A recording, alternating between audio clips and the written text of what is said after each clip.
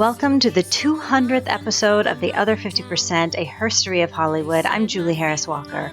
This is the podcast where I talk to successful women in entertainment and hear their stories. If you would have told me while I was doing my first episode that I would get to 200 and that it would feel like about a minute went by, I never would have believed it.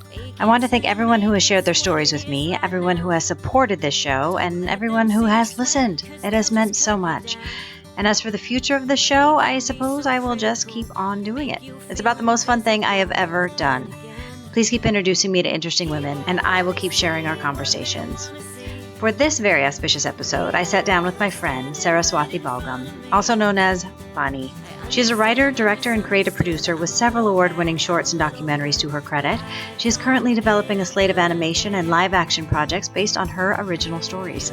Under the banner of her production company, Dancing Atoms, Vani is also overseeing several hand-picked projects conceived by creatives in the USA and India. Previously, Vani served as the head of creative management for DreamWorks Animation in Shanghai, where she championed Chinese storyboard artists to tell authentic Chinese stories designed for global audiences. Vani was also the executive director of Rhythm and Hues India, a multiple Academy Award-winning animation and VFX studio. She started the studios in Asia and managed the teams of artists and technicians that created the digital characters in Life of Pi, Snow White and the Huntsman, Night at the Museum, The Golden Compass, X-Men, and the Chronicles of Narnia. Vani is extremely passionate about supporting the artistic community. She's volunteered tirelessly and served as the president of ASIFA India and Women in Animation India for 10 years. Through her efforts, she has become an indisputable icon in the history of Indian animation. You can find us at theother50%.com for added features, photos, show notes, and the merchandise. You can also listen on Apple Podcasts and all the podcast places. Okay, here's my conversation with Vani. We recorded this earlier this year before the pandemic when we could still sit at my table and drink tea. Have a listen. What do you do? I am a creator. Ah, how long have you been saying that? I think I've been saying that all my life, but I think I've had the courage to say it out loud, I would say the last few months. Well done. I was just looking at what you're working on, and it's gorgeous and exciting and so creative, and everybody will see it. But let's go back to the beginning because you have such an interesting work history. Okay, where are you from? I was born in India in a very small village called Vijayanagaram, like Vijayanagaram. It's in Andhra Pradesh. It's a very, very sweet and a small village where I was born. And then tell me a little bit about your father and how that kind of got you into the entertainment business. My dad was a banker, and he studied psychology. And he came from a very rich family, but that got poor very quickly because of bad business choices that their parents made. But that's a bummer. Yes, stuff. It's all life. And then when he decided to get into banking, and we were really small, me and my brother Pavan, one fine day in 1983, he just came home and said, or 83, 84, he just said that he was quitting his job and making art and just wanted to go to Annecy and get the Indian animation stories, basically Indian stories that he was thinking of merging them with great stories and taking them to the West to show it to the world. What did your mother say to this plan? She is another crazy woman. She said, whatever you want to do, you only live once. Wow. So that's why I have in my presentation 2 crazy parents and 2 cute children. That picture was adorable. So he quit his job and he started making animated films? Technically, yes. He sold my mom's jewelry to hire artists to make art and then buy a ticket to go to France for the first time ever in his life, leaving the country. And he went to Annecy with all his artwork and an artist to just show the world that India and Indian stories have to travel globally and that they were ready to be done. And back then in 84, I don't think there was a single animation school. There was not an animation art institute. Nobody was teaching 2D animation. Everything was being self-learned. And he just hired a bunch of people from art schools to come, and we converted our house into a little mini studio where people were just hired. Anybody that wanted to do it was just sitting in our house, and mom would make them tea and breakfast. And, people were just doing 2D animation. Me and my brother would go to school thinking, why aren't we doing this? Yeah, that looks really fun. So was he successful doing that? He tried very hard, being an outsider and not being an artist and not coming from a film background or a film school and not having deep pockets.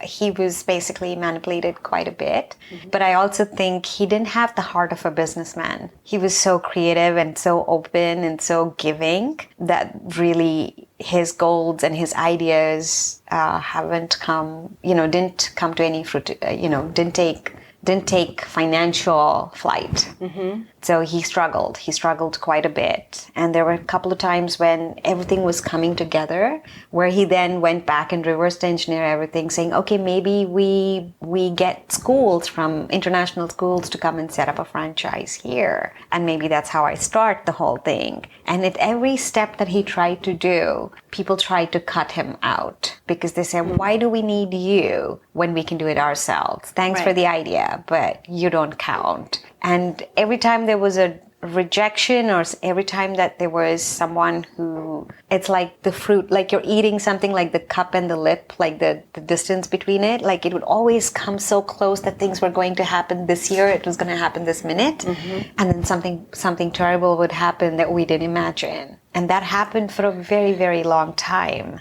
On many levels, whether it was with stories that he had written and somebody took it away, whether it was setting up a school that somebody decided that they'll do it on their own, whether it was a co-production deal from France that he would bring to India after working on it for 2 or 3 years, and then an Indian studio would say, we don't need you, and literally asked him to leave. And I just saw all of that growing up as a little girl, and I always said, this is weird, like, he's such a nice guy. Why aren't things working for him? Yeah, that doesn't seem fair. Yeah, and growing up, because of all of this, me and my brother Pavan couldn't go to school because he couldn't pay the tuition for school. Mm. So then what did you do?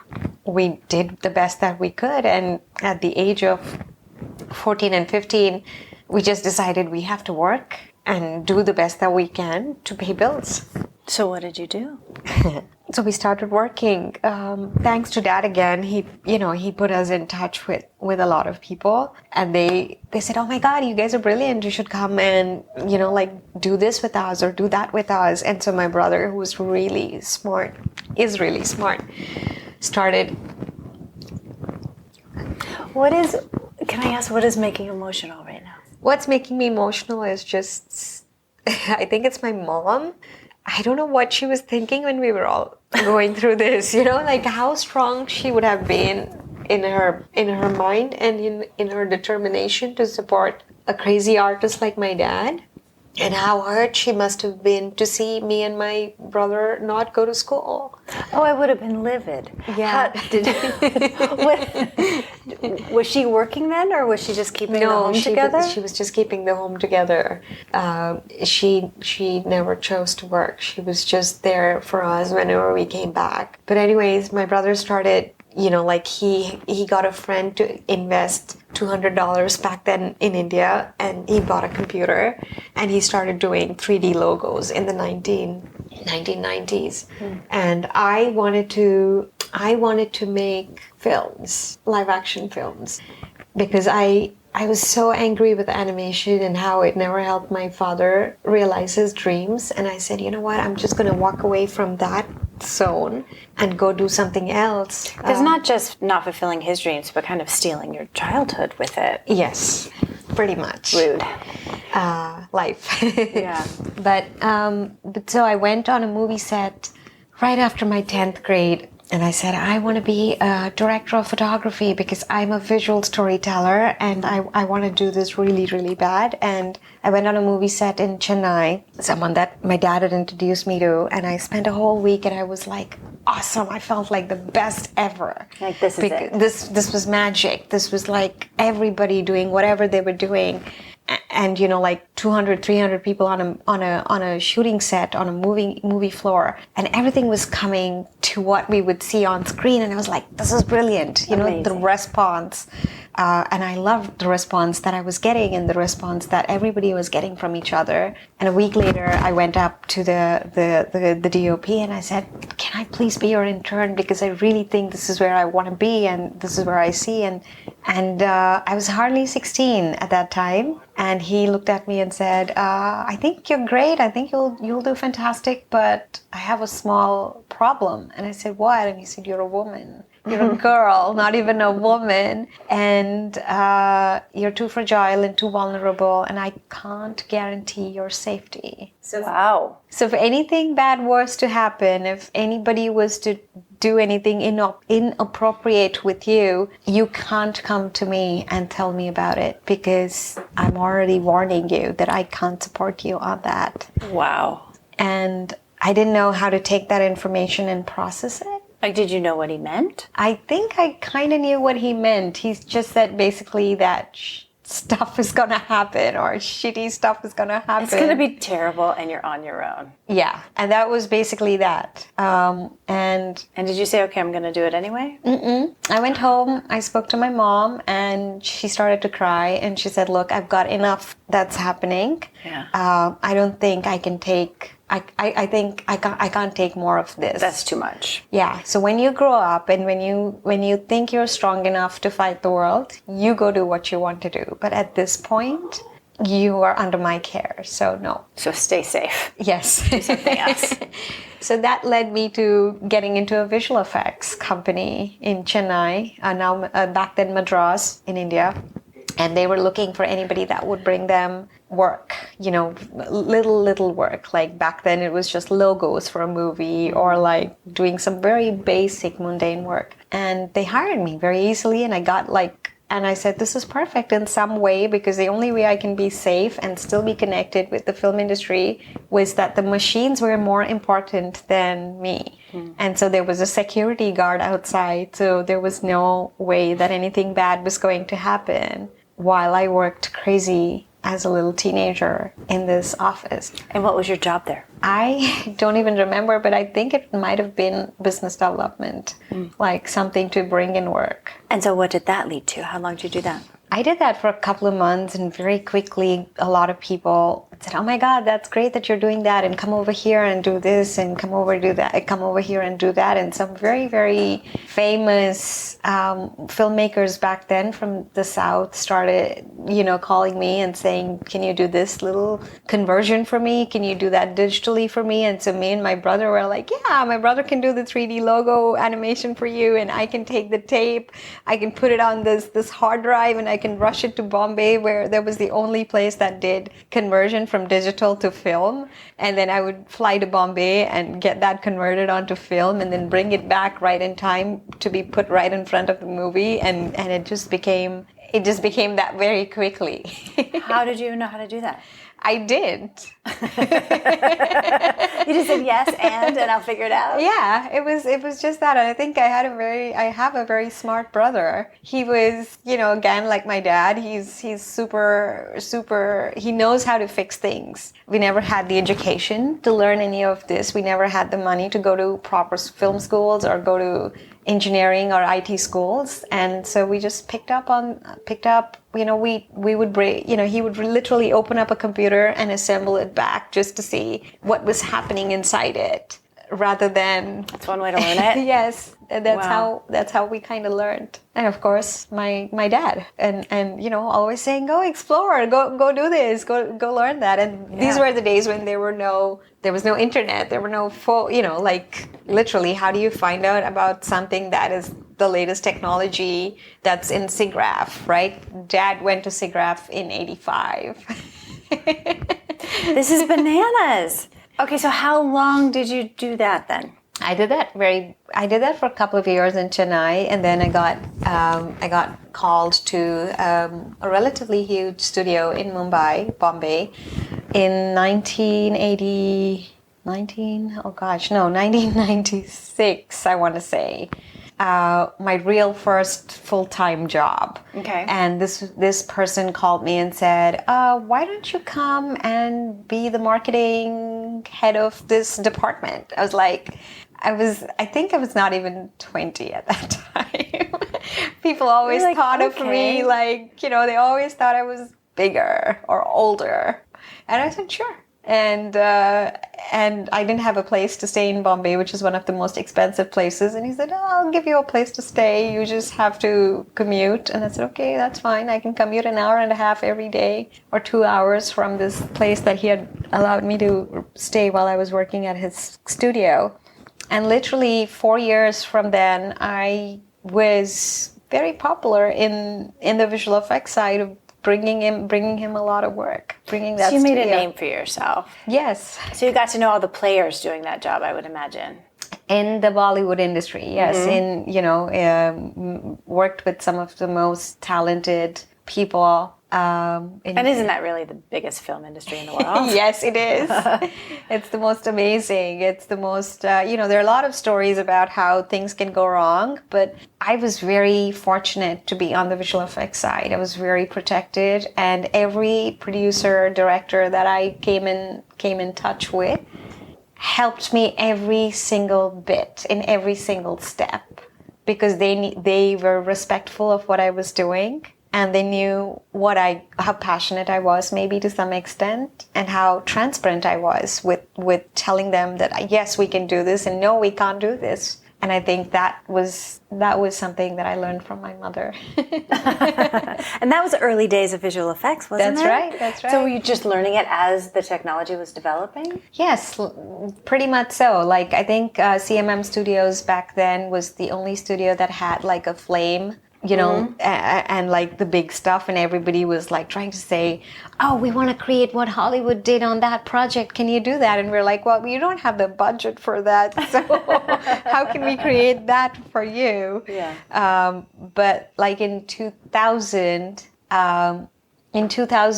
there were a couple of people that sent an email from the studio called Rhythm and Hues. Mm-hmm. We've heard of them. Yes. And they sent an email. Back then we had a dial-up in our office in Bombay. And so even to open their website took 3 hours just to see who they were. Oh my gosh. And so when they arrived, I was in charge. I was the manager there, and they said, "Oh, we'd like a tour of your office. We're thinking of expanding, sending some work, outsourcing maybe, but we don't know. We're just here to do some conferences." So we said, "We'll come and see your office." I said, "Sure, I'll give you a tour." And the tour happened, and then they asked me, "What do you think? Should we send some work over? You seem to be a nice person, and we really like what you're doing with your studio, and you seem to have this." And I was like, and I heard their side of the story, which was all about caring for people, respecting people, and all of that. And I, having the transparency thing, I kind of said, you know what? I don't think we're there yet. We have a long way to go to produce that kind of quality that you're seeking, and I don't think we can do that. What did they say to that? And they disappeared. They disappeared, and a year later I got a phone call from Richard Castaldo, who was back then the CFO of Rhythm and Hues, and he said, "I think we need you to run Rhythm and Hues." And I was like, no, I want to go make my movies. I want to go direct. I want to go produce. That's where I'm going. That's I've come to that age where my mom said, you can go do what you want to do. Yeah. And I think I'm going to go do that. And he said, no, just 6 months. We just need you to just do this for 6 months. Just for a minute. Yeah, like 6 months, and we'll pay you really well, and, go set up Rhythm. And technically what they wanted was me to incorporate Rhythm and Hues legally in India. In India, okay. And so me and my brother, we became the owners on paper to incorporate Rhythm and Hues in India. Wow. And something that was supposed to be a 6 months gig ended up being 12 years with Rhythm and Hues. So you really opened that office and ramped it up and hired all the people and did all the things. Yeah, again, as you already know, I barely finished school. I didn't go to college. I did my long distance education, which means that you prepare for your exams and you go write them when they ask you to come and write the exams. So I never went to college. I never did any business management classes or schooling. And now you're running a multinational company. And they were like, no, run. And it was an Academy Award studio. It was not just a studio. That's no joke. Yeah. And I was like, I don't know how to do this. And so I had a follow-up phone call with John Hues a month later or a week later. I don't remember now. And he said, how would you run it? And I said, I would run it my way. And he said, what is your way? And I said, my way is to keep it very small and not to expend any money and just get the right people in and then take it from there. And he said, perfect. Who's stopping you? Do it. And later on, I came to know that that's how John, Pauline, and Keith, the key founders of Rhythm, that's how they started. When they left Robert and Abel, they decided to rent a dentist's garage. And that's how they started Rhythm and Hues, in a dentist's garage. And so it was so, I don't know, destiny, I don't know, fate, I don't know, timing. Well, you were right up their alley. Yeah, I don't know. You're speaking our language. And I had never, till that point, ever come to the US, and I was hired over a phone call. These aren't the people who came over and that you met? No, these were the people that came over and met me, but the people that eventually hired me were not the people that had even met me in person. So I give a lot of, yeah. Wow. So I'd never been to the States before. So here I am running Rhythm and Hues from my apartment in Mumbai, hiring people and doing it my way, which was just talking to people, bringing in the right technology people to see whether we can bring in the right match of culture, of someone who was open, someone who was flexible, someone who cared, someone who was passionate, and someone who I could trust. And it literally all boiled down, without me even thinking about any of these things that I'm able to vocalize today, it all boiled down to trust. And how someone who trusted me when they met me in India in 2000, and how that translated to me getting hired a year later again because of trust. And how I ended up working for them for 12 years just based on that one phone call. Well, I think you gained a lot of trust by telling them the truth about what you could and couldn't do for them. Yes, but how many times do people take that chance? How many people in the world that know that they have to believe in what the other person is saying?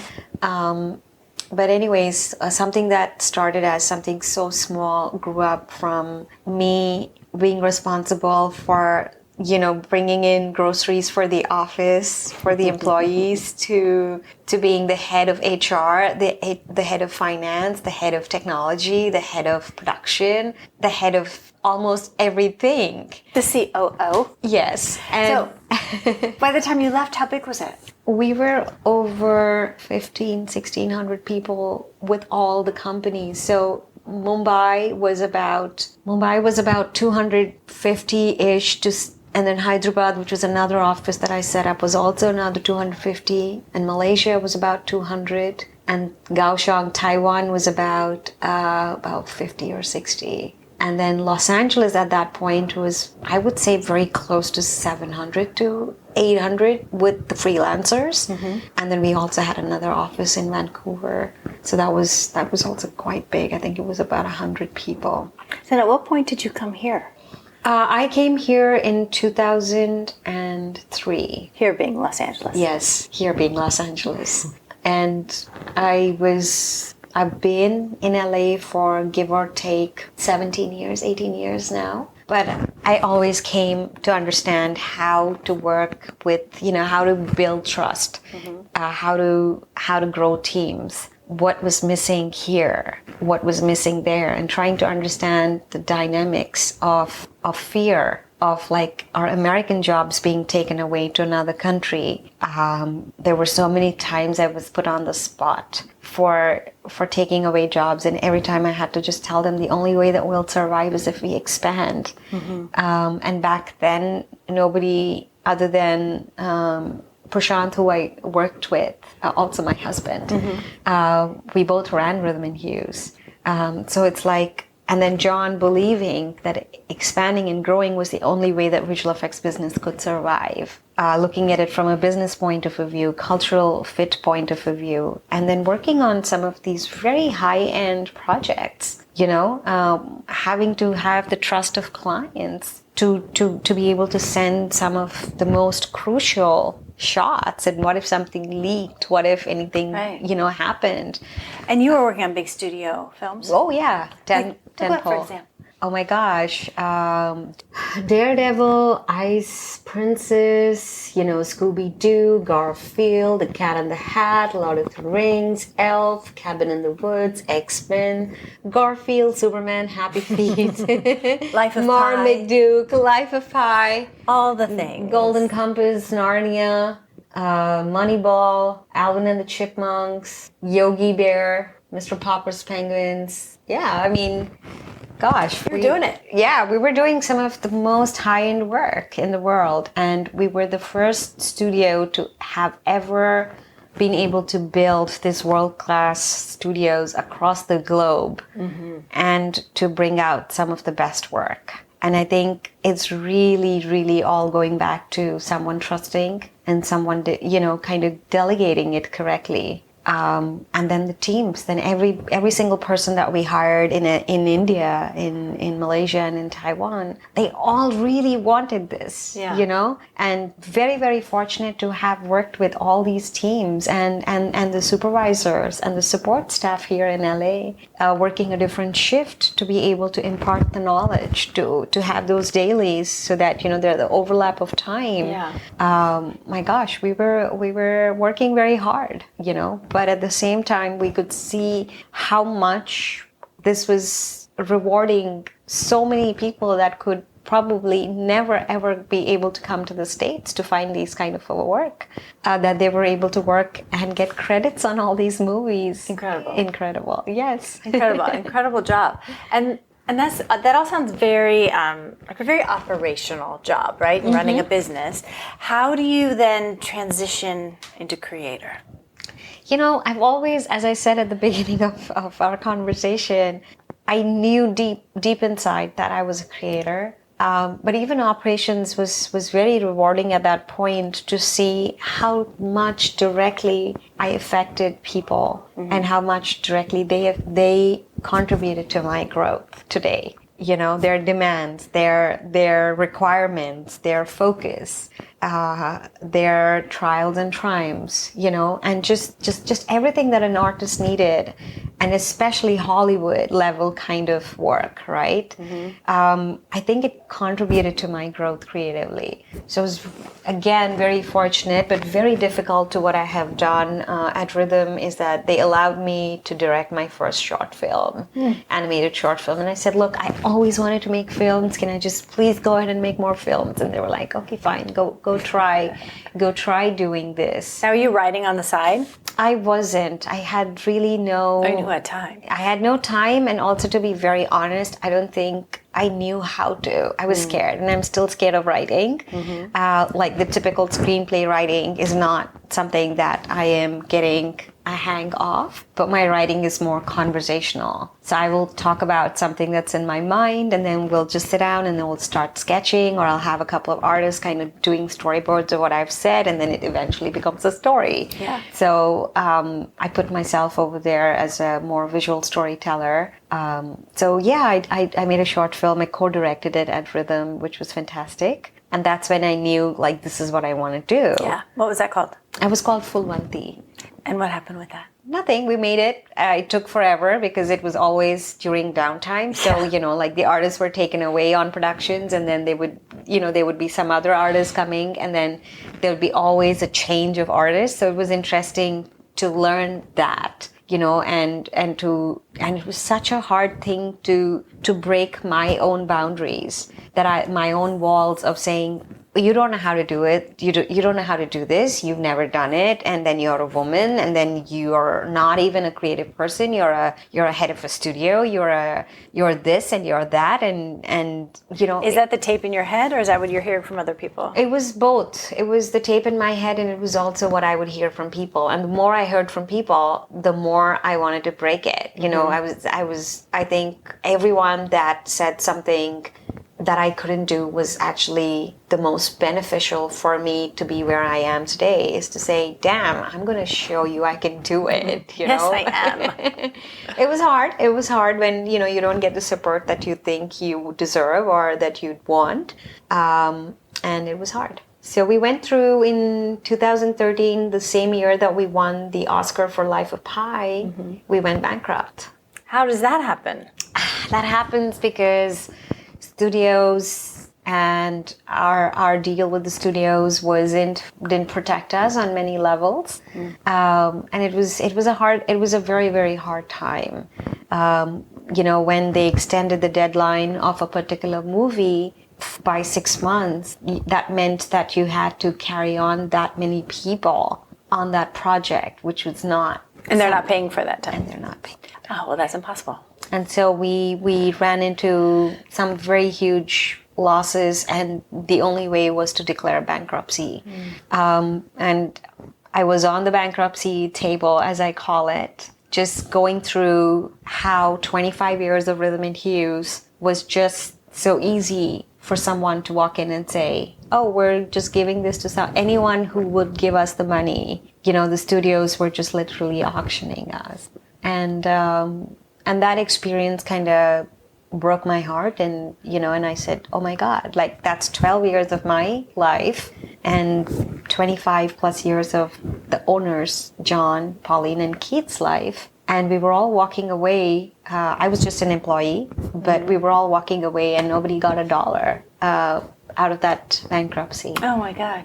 And in that same week that we won the Oscars, we had to, you know, like, I cannot imagine the pain that everybody went through of letting go of some of their best talent. And these are Academy Award winning talent. You know, this is not just anybody. We're talking over 1,500 people that are capable of producing some of the most beautiful work, and some of the most, it's family by that time, you know, and it's super hard. I'm sorry, I don't remember. Did someone buy it, or did they go out of business? No, so someone else bought it and then decided to keep the same name because that name was so valuable. So then I had to go in and also do the proper handover, which was horrible. Painful. And very painful. So they had a huge party, and I had to go and, like, yay, you know, say, oh, great, you're buying us. Wonderful. You know, and at that point I decided that it was time for me to leave, and that I couldn't work with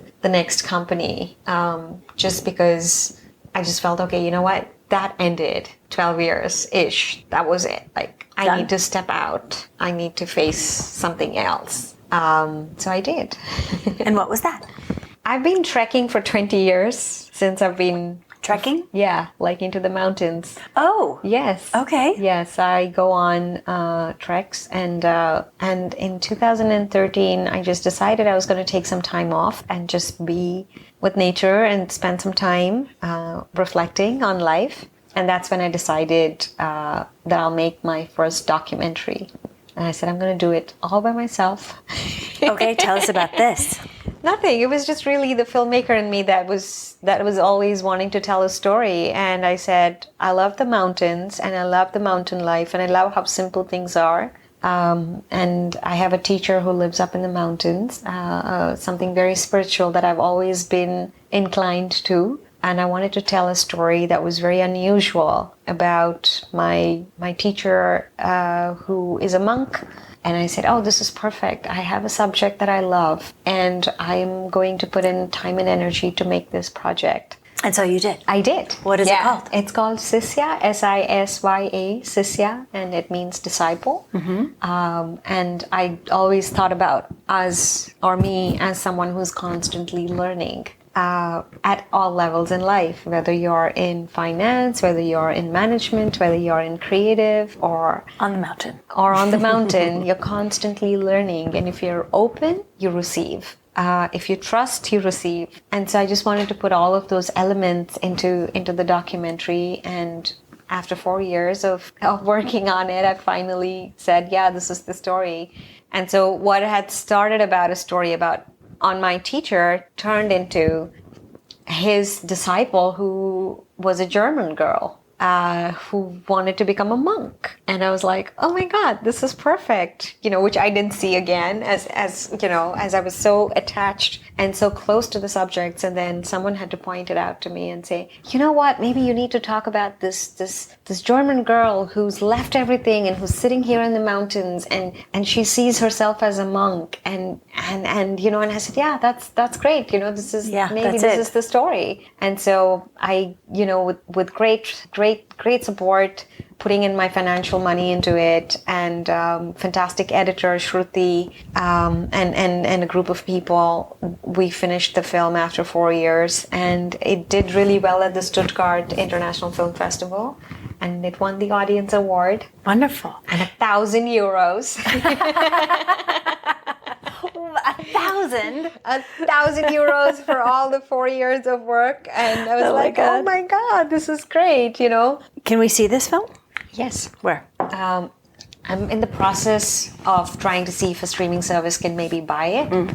So as soon as it comes out, I'll be able to put it out. Okay, let us know. And then I'll let you know. Okay, good. But right now, it's still doing a few film festivals, so... Oh, it's on the circuit right now? Yeah. Okay, so go see that. And then let's talk a little bit about what you're working on now. So after Rhythm and Hues, I went to DreamWorks Animation, and they were very kind and very supportive and allowed me to be the creative voice that I wanted to be. And I was recruited here in LA, but asked to work out of the Shanghai office, which was called Oriental DreamWorks. And so I became the head of creative, storyboard department, and art department that I loved. So the challenges were very unique, and I wanted something new. I'd already run 4 studios. I kind of knew what I was doing, and now I wanted to learn more about storytelling and, visual development, which was always something that I wanted to do.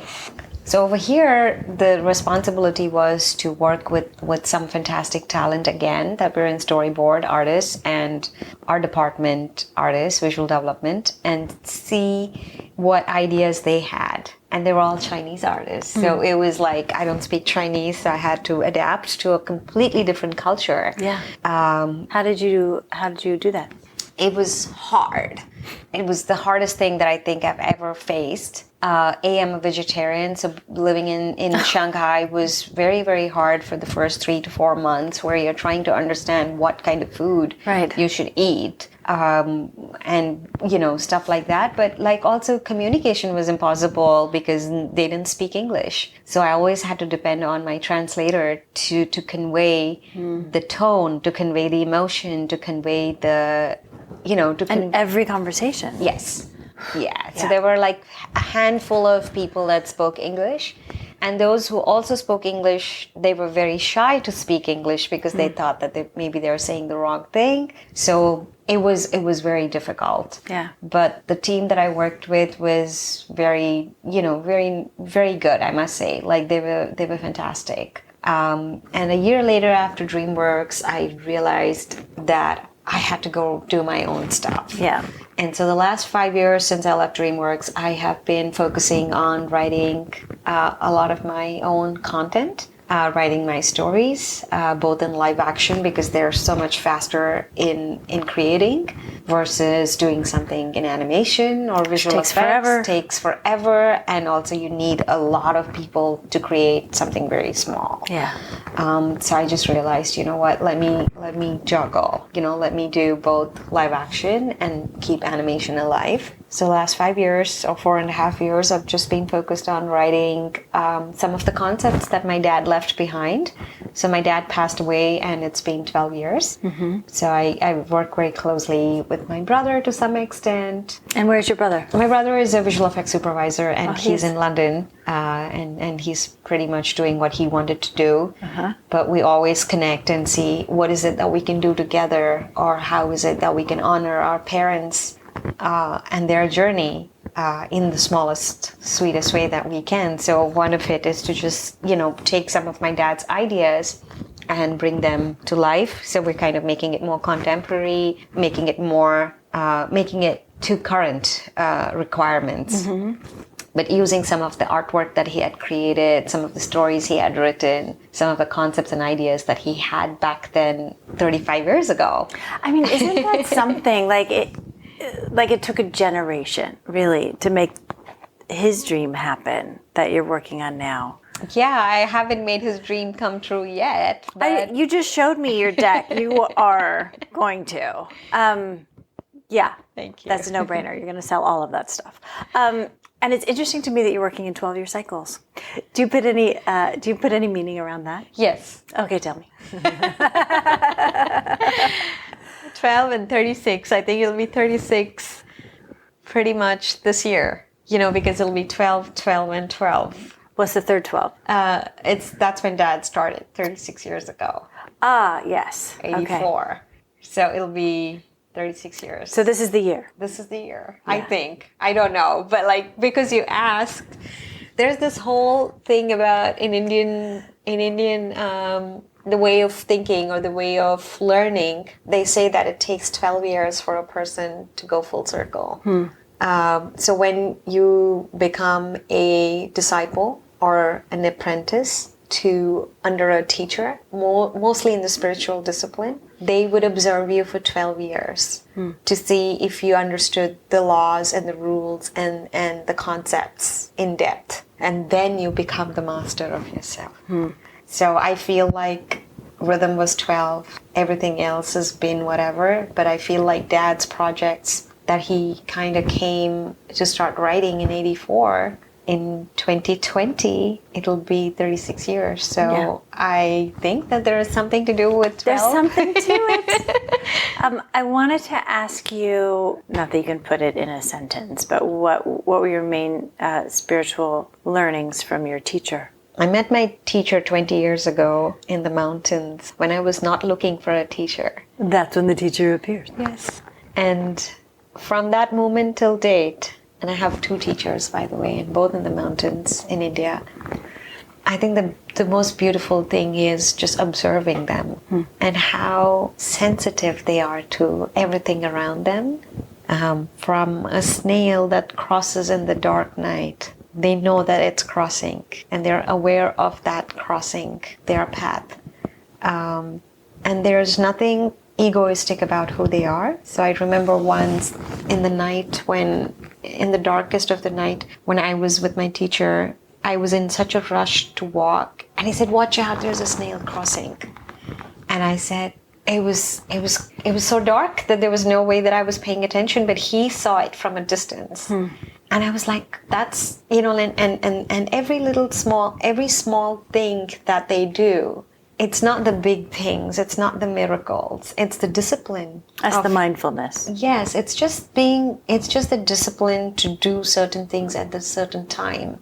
And I've never seen them sit down, shut their eyes and meditate. They're fully there for you. They're fully there for everybody. It's not about fees, it's not about money, it's not about any kind of a luxury, but it's just really about full love for everybody, no matter if you're good, no matter if you're bad, no matter if you're rich or you're poor. The last 20 years, just observing them every single day, I see that. And my teacher's name is Barkagiri Baba, which literally means a huge rain cloud, mountain-like rain cloud, like mountain-like rain cloud. And that's what I see, like a giver, constantly giving, whether it's shade, water, absorbing, giving. And he's just the sweetest soul.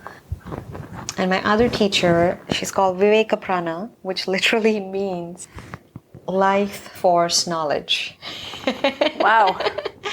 And I remember meeting her about 15, maybe 14 years ago. And in one of her first conversations in a group, she said, "Who told you life will be easy?" And I still think about it and I say, yeah, who told me that? No, it's it just puts life in a very different perspective. Like you have no evidence that life is supposed to be easy.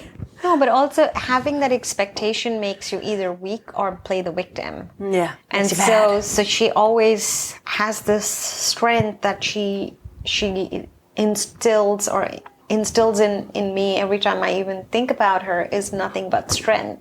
And my other teacher is nothing but clarity. So it's always asking. So he would always say, you have a mind, don't you? And I would say yes. And it's okay, that's very simple. Then all you have to do is think. Then you have to understand what you're thinking. And then you have to walk your path. It doesn't matter what that is. And he, in the last 20 years, that's the one thing that he's repeated all the time to me and to anyone that goes to him. And think, understand, and walk your path. And then the other one is just strength. Like, you got to have courage. Know that you are the child of this universe, and to go with that kind of a strength wherever you go. And then, of course, my parents, who've been the most profound teachers of like, you got to do what you got to do. Mm-hmm. And my brother, again, is, talking about teachers, I feel like I've been blessed. I've been super blessed with all of these fantastic people in my life. My brother is like the mountain of strength for me. Every time I go and try to tell him something is not working, he said, look around, stop cribbing, look around. There's so many more people that are in such a bad shape. You're not. So just come on. I'm not going to give you the sympathy that you need. I'm not going to be that person. So get up and do what you got to do. And my husband, I have not seen another wonderful soul that's there constantly supporting. Just saying, you gotta do it. And when I decided I was gonna quit my job, and I said, can I do this? He said, of course. Why are you even asking? He's very much like my mom in so many ways. Like, you gotta do what you gotta do. I support you no matter what. And I think that's fantastic. Yeah, it's amazing. And then the people at Rhythm and Hues, I only give credit to a few, but almost everybody just standing there supporting and trusting a girl who's brown and short and doesn't know what the hell she has learned, but they're just simply trusting and saying, all right, let's just trust her. Let's see what happens if we trust her, So I think it's all of that. All of that.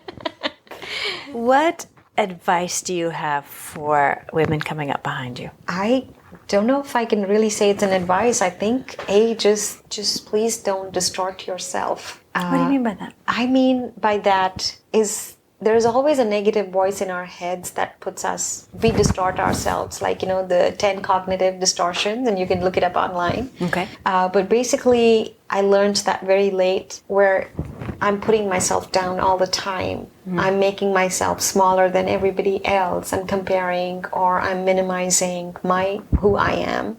And I don't think all women do that, but if anybody is doing that, I mean, again, it's generation, like 40 years ago, 20 years ago, today, I think we've changed. Things have changed, technology, people, the world has become very different. So always respect yourself is the only thing that I would say, is I think self-love and self-respect. And then trust yourself. And if you make mistakes, celebrate them. Nailed it. Yes. Okay, what's next for you? Are you out pitching your project? Yeah. So I was very fortunate after 5 years of being unemployed, like volunteer unemployment and just focusing on my own gigs. Fun employment. Yes, fun employment. That I'm paying myself. I was able to pitch some of those concepts to a streaming service here in LA, and can't name them yet. But they were very kind to have listened to my story more than anything else. And they saw something and they said, oh my God, this is nice. Let's try and do something with this. Great. And so I'm excited for the validation maybe I received that I am now a creator. Mm-hmm. And I can say that louder than ever. You can stand in that. I can stand in that. I'm shining in that. I'm happy with that. Mm-hmm. And that's it. Like I'm going in with very little expectations and just doing what I need to do and let things unfold and doing the best that I can. How can people find you? I have a website called www.dancingatoms.com. So they can find me there, write me an email, and I can get back to them. Okay. I think you are a bright and shiny light. Thank you for doing this. Thank you. Thank you so much for having me here. You've been listening to The Other 50%, a herstory of Hollywood. I'm Julie Harris Walker. I'd like to thank Saraswathi Balgam, my friend Vani, for sharing her story. And special thanks to Jay Rowe, Danny Rosner, and Allison McQuaid for the music. Please find us on your favorite podcast provider and leave a review. And of course on our website, theother50%.com, all spelled out in letters, for added features, bios of our guests, and the merch. You can also follow us on all the social media platforms. Thanks for listening. See you next time.